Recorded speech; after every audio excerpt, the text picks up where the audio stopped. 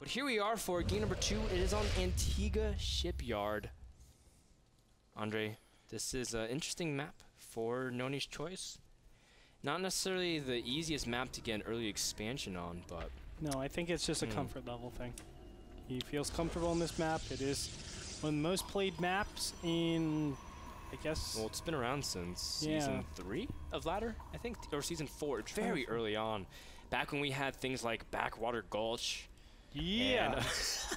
And like Slag Pits. Oh my Typhon god. Peaks, You bro. remember Typhon Oh my Peaks. god. Slag Pits was by far the worst map in the world. So, especially close like, spawn position. Oh my god. I just two-gated in exactly. V1 It was either Steps of War or like yeah, or and they're like Steps of War finally Valley. leaves the map pool and they introduce Slag Pits, close spawns. It's like what? Oh my god. It was so ridiculous. I think 3 pylons able to really push all the way across. You could kind of push your way to your opponent's that base. was insane. But anyway, Antiga Shipyard's obviously one of the longest used maps in the current map pool. And I think that's why Nony just feels comfortable with it, and he's going to go with what he's comfortable with.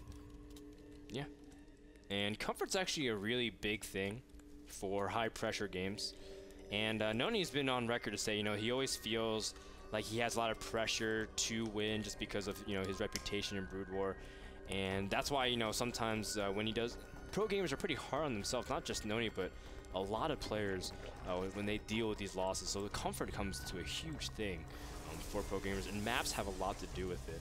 That said, Antiga Shipyard is an interesting map because we've been seeing all different kinds of styles on this map. It first started with a lot of 2-gate all-ins where it could walk up along the side because it's really hard to cover your natural with spine crawler. So we saw a lot of warp gate rushes, +1 7 gates, 5-gate zealot sentry like Hug used to do.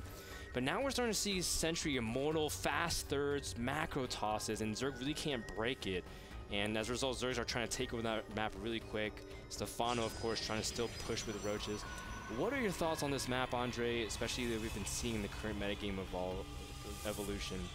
And especially now that Nony's still going for Gateway Expand.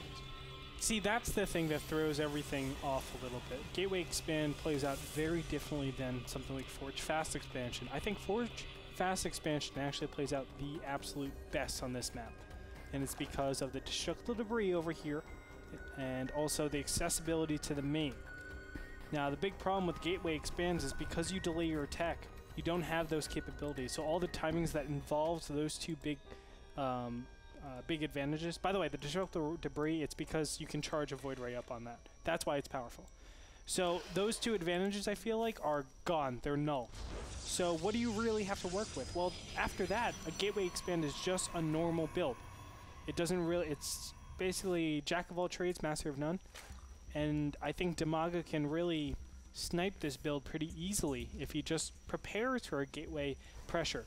And how you do that is forcing counterattacks, or at least threatening counterattacks.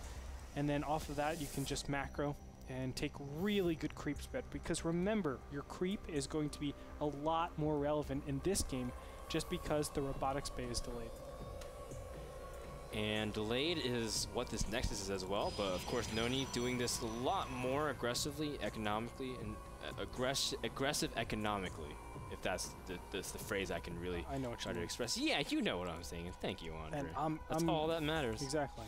And Nony does have his sentry count pretty decent at this point. He doesn't have any aggression options, though. It's because of how far he spawned away from his opponent. Correct. Of course, Antiga Shipyard is forced cross-spawn, at least at NASL, and you can see that Dimaga's starting an early evolution chamber as well, which is a really good mark in ZVP. A lot of players just kind of incorporate it in case there's any kind of shenanigans. You can also get a really fast upgrade, which is vital to holding off anything. But what's interesting is that Nony has been a very big proponent of PvZ Gateway Expand, so we can put pressure on. But if you're just going to play, you know, from behind at this point, you're not really going to be able to put any pressure, especially with sentries and zealot. I'm just curious to see what he goes from this point on. Yeah, I think Nony should push out from here, though. Part of Gateway Expansions is to actually push out no matter what, because it could be Gateway pressure behind this. It could be just standard, you know, just sharking around. It could just be trying to take map control. So I think he should push out, the critical time to do this is right before the Nexus finishes. You're in the middle of the map, so maybe when the Nexus at maybe 60 seconds in, you push out, take the middle of the map. That way it could potentially be a canceled Nexus 5 gate. That's really important to actually incorporate. But now that the Nexus is canceled, Dimaga knows exactly what this is. It's either very, very weak gateway pressure since it's right after the Nexus finished, and it really doesn't have the chances of making anything from here, or it's going to be some sort of, you know, just feint aggression. Well, Nony does have his sentries in front. Now needs to protect them as best he can. Dimaga will love to surround it, and as soon as Zerglings come from the natural, he may be able to get it. Nony, the big thing he does with this is forcing a cancel on the third. This is exactly what we saw him do against Dark Force, and Nony needs to enforce that this cancel, this hatchery does not get up. And Dimaga lets it up while Nony's able to put up some force fields. Now what Nony can do really cleverly is keep forcing the ramp while letting his sentries escape from the back. And because if Nony keeps these sentries alive, then this trade is phenomenal for Nony. Yeah, the chance of that is very low though. Dimaga should always be able to take out this force. Is gonna be able to get it? No, not in time. As you can see, Nony not able to keep his units alive, but he did pick off the third. Now, was it worth it, Andre? He invested a lot of gas, 600 gas at least, into that army. Yeah, absolutely not. That was or 500 gas. I mean, yeah, 500 gas, a ton of minerals for a 350 mineral Nexus. 350 mineral hatchery. Not worth it at all. You're counting the drone. I'm counting the drone, correct. Good. Just making sure. I'm like, yeah. 350. Now, Dimaga scouting the front, see if he can go for a potential Baneling bust. You can see immediate force fields. That's what Nony needs, but he needs a little bit more juice as well. He can't keep up 4 force fields at a time.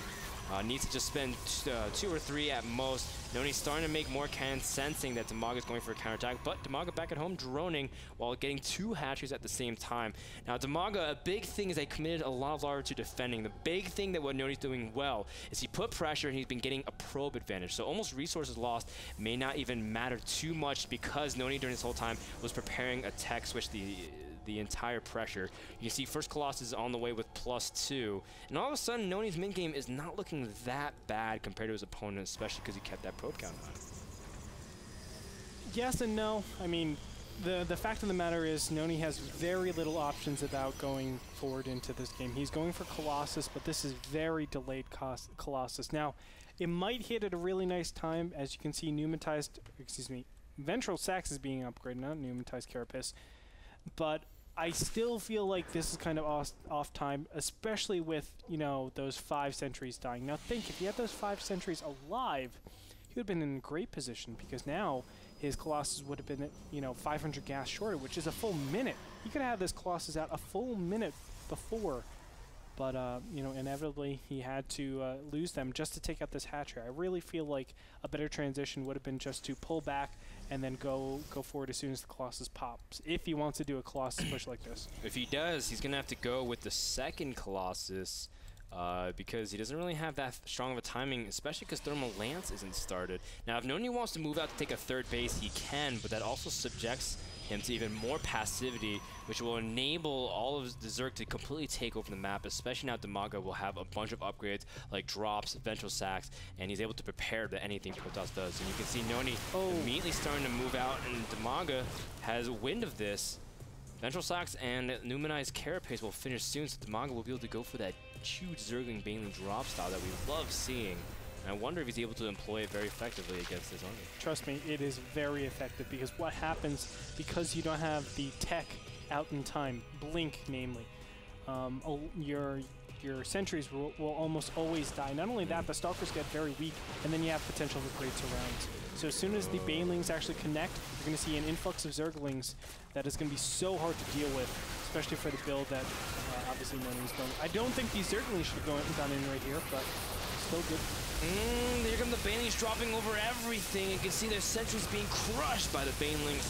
And there's not much ball left to defend the Colossus. Nony still has a decent amount of army left. He just needs to protect the Colossus from being attacked. You can see the force fields also jamming up the Zerglings. Great micro from Nony, able to really capitalize on that. All of a sudden, Dimaga has all of his army in production and not necessarily able to hold off. And Nony, what was so good about that was splitting his army on the spot. And Dimaga just needed a few more seconds really to prepare that battle. Imagine if he had reinforcements coming from the third to surround it and able to really slip the knot and drop the Banelings directly onto it. As a result, Nony still has a small window of opportunity. Gonna use a Colossus, go to the high ground and immediately try to pick it off. And you can see more and more units coming in from Nony, able to shut down some of the units from Dimaga. Can he keep the one last Colossus alive? No, but he does have some units ready to go at the production line of our Zerg player. And this is actually pretty cool because +2 attack is finished for Nony. But as we speak, +2 armor is just about to clean up. Now, the +2 armor is going to help out against the Zealots because right now they do two-shot Zerglings, but now no longer. You can see Zerglings are out and about. I just don't know where. They need to congregate up in this natural they're area. in the main, trying to make some Banelings. Now, the big thing is this War Prism Nony has been queued up since his second Colossus. Gonna warp in Zealots directly, try to see if he can absorb the blows. And the Banelings all detonate immediately. A fantastic sponge. So now Stalkers can really work from afar. And with that, Nony is now able to really access some really strong points of Zerg production. Anything that hatches has immediately engaging. The Queen's trying to see if he can push back the War Prism as well, but not even able to get to it. Another Colossus now here for Nony, and this aggression from Nony is working absolutely fantastically for him. All of a sudden, a lot of hope in this game for Nony. Yep. The one thing is that War Prism, it just does so much, and normally Creep Spread obviously messes this up, but choosing to go that War Prism gives him that reinforcement. Oh man, and no thermal lance. It's so weird but cool to see. Well, against Dimaga's style, that seemed pretty reasonable because obviously Dimaga goes a very heavy Zergling style. Yeah. This is really good. Now he can just pick out the War Prism and drop the Colossus whenever it's in danger. He's got Sentries. that. Oh, beautiful. And this is it with that GG. Dimaga taps out of game number 2, and Liquid Nony ties it up. Very well done in his attack. And we were talking, I know, and that was the question I was asking, like, is Dimaga able to have enough time to prepare the attack? And Nony picked like the split second. Like if he attacked 5 seconds later, I guarantee you Dimaga would have had a huge, like a much easier time holding on. I think the execution on that though was really poor. With going in with the Zerglings and the Baneling drop, it basically says, here, take all my Zerglings and then I have nothing else. I think if he kept those, he would have been in much better shape to clean everything up because think, the force fields are what are empowering the Colossus ball or even the ball in general for actually being good. But once you target those sentries down, force fields are no longer in use. You can actually just string all of your Zerglings in since the Stalkers and the Colossus do go out of position. They're trying to split for the Banelings. And then all of a sudden, Zerglings are really good against that used to be ball, now is a big army. But I think scattered army. What made that battle so great for Nony though is that he kept the Colossus alive and he microed a coin to keep it alive with the Zerglings running around. And I mean, Dimaga tried too hard to focus it, lost too much of it, and was never able really to get a good surround. And when Zerglings just come in patches, there's nothing really they can do against a Protoss army with +2. So with that, we'll move on to the next game. After this commercial, we want to thank Epson, the people that provide projectors for NASL Season 3. Don't hang anywhere, don't go anywhere. Hang tight. We're getting ready to go in game number 3 between Nony and Dimaga. I'm so excited. Hopefully we can see a strong Nony win. Maybe Dimaga pulls it out. Either way, this series has been fantastic. Hang on to your seats. This is Division 2 in week number 8 at NASL.